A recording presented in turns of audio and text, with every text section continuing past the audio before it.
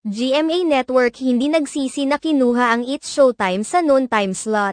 Muling naging laman ng mga usap-usapan sa social media ang nagtapos ng noontime show na tahanang pinakamasaya dahil nagdedebatehan ngayon ang mga netizens patungkol sa TV ratings ng mga noontime shows.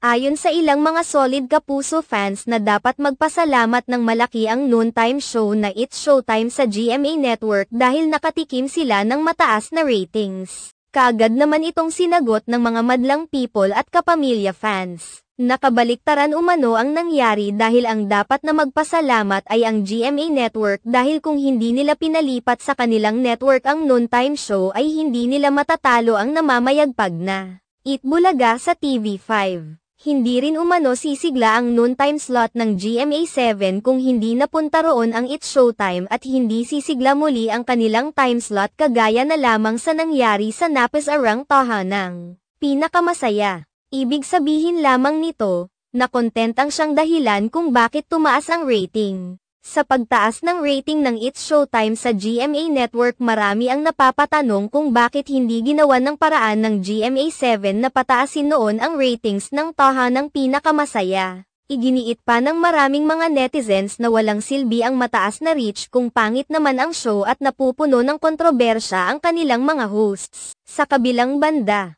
may mga nagsasabi naman na talagang nakabuti sa It's Showtime at GMA7 ang kanilang pagsasanib puwersa upang duminahin ang noontime shows.